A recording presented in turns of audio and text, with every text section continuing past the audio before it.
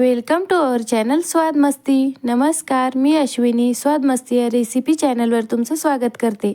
आज आपण बनवणार आहोत अगदी प्रीमिक्सपासून रसरशीत असे गुलाबजामुन।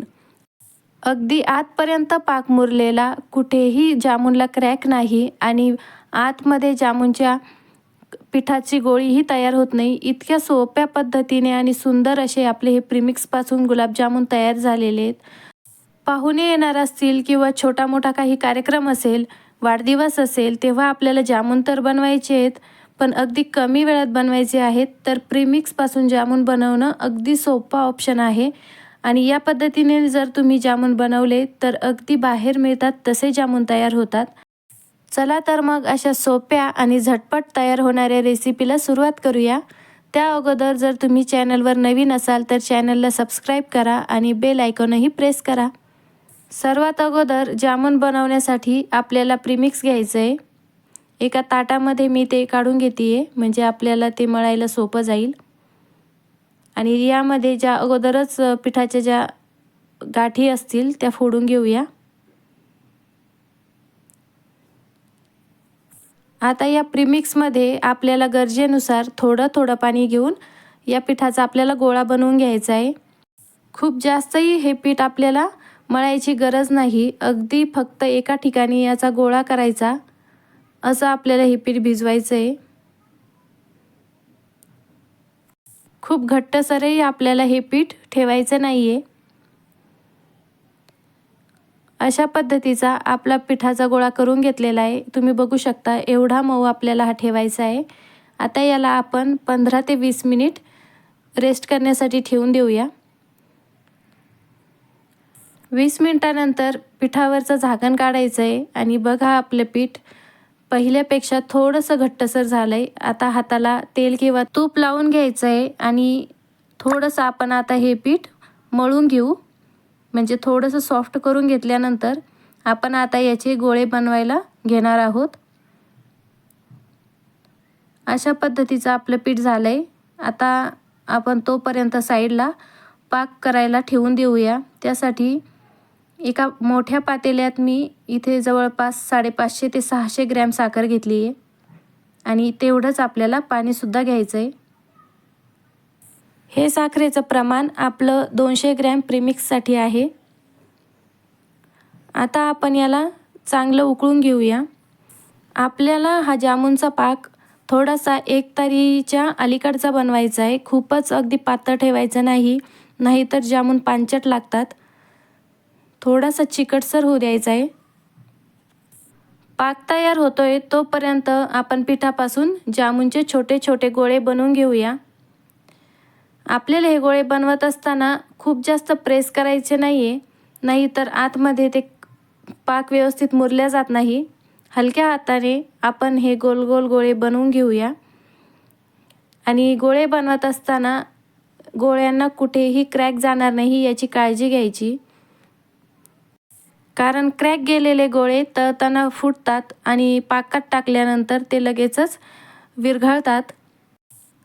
आपले सर्व जामुनचे गोळे तयार करून झालेले आहे। आता आपण पाक किती झालाय ते बघूया। तर आपल्याला हा पाक थोडासा होऊ द्यायचा आहे। पाक थोडासा चिकट व्हायला लागला की अधूनमधून चेक करायचं, कारण लक्ष नाही दिलं तर लगेचच तो एकतारी पाक तयार होईल आणि पाक जास्त घट्ट होईल। अजून थोडा वेळ आपल्याला पाक उकळू द्यायचा आहे।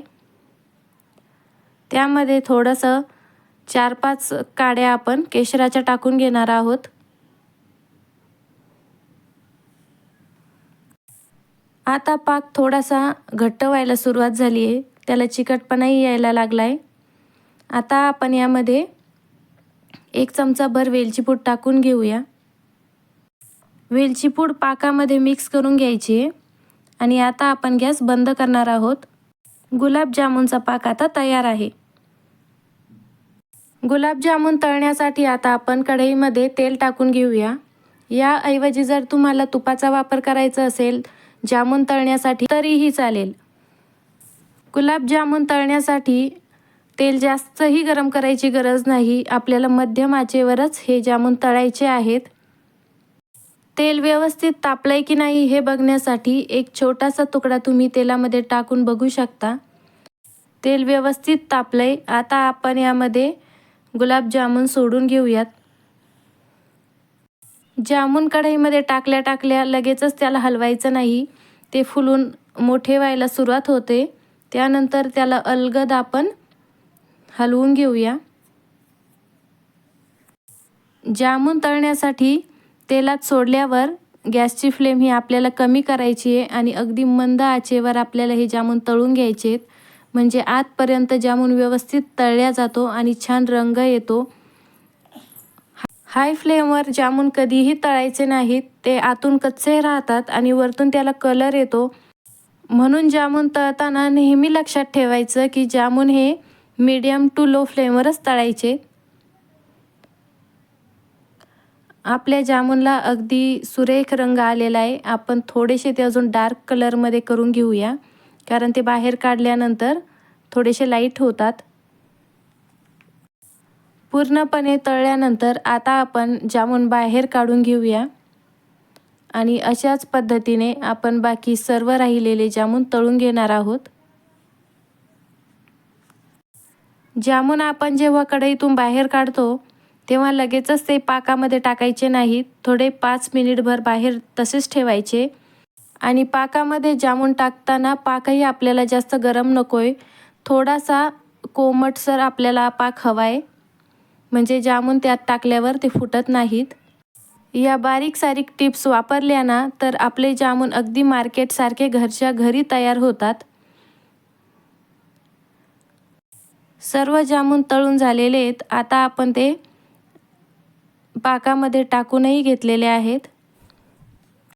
पाकामध्ये जामुन टाकताना फक्त एक काळजी घ्यायची की आपल्याला पाकही जास्त गरम नकोय आणि जामुनही दोन्ही अगदी कोमटसर पाहिजे.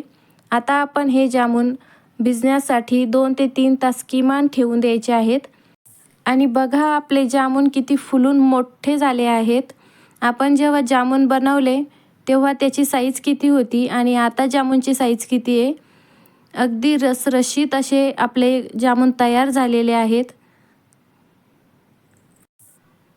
बघूनच खाण्याची इच्छा होती. इतके सुंदर, इतके चविष्ट हे जामुन तयार होतात. अगदी आतपर्यंत त्यामध्ये पाक मुरलेला आहे. कुठेही क्रॅक नाही, कुठेही आतमध्ये गोळी बनलेली नाही आहे. अगदी मऊसूत असा जामुन तयार झालेला आहे. घाई गडबडीच्या वेळेला आपल्याला खव्यापासून जामुन बनवायला वेळ नसेल ना तर हे एक बेस्ट ऑप्शन आहे अगदी झटपट जामुन बनवण्याचा. या टिप्स फॉलो करून तुम्ही प्रीमिक्सपासून अशा पद्धतीचे जामुन बनवा आणि एन्जॉय करा. पुन्हा भेटूया नवीन रेसिपीसोबत. धन्यवाद.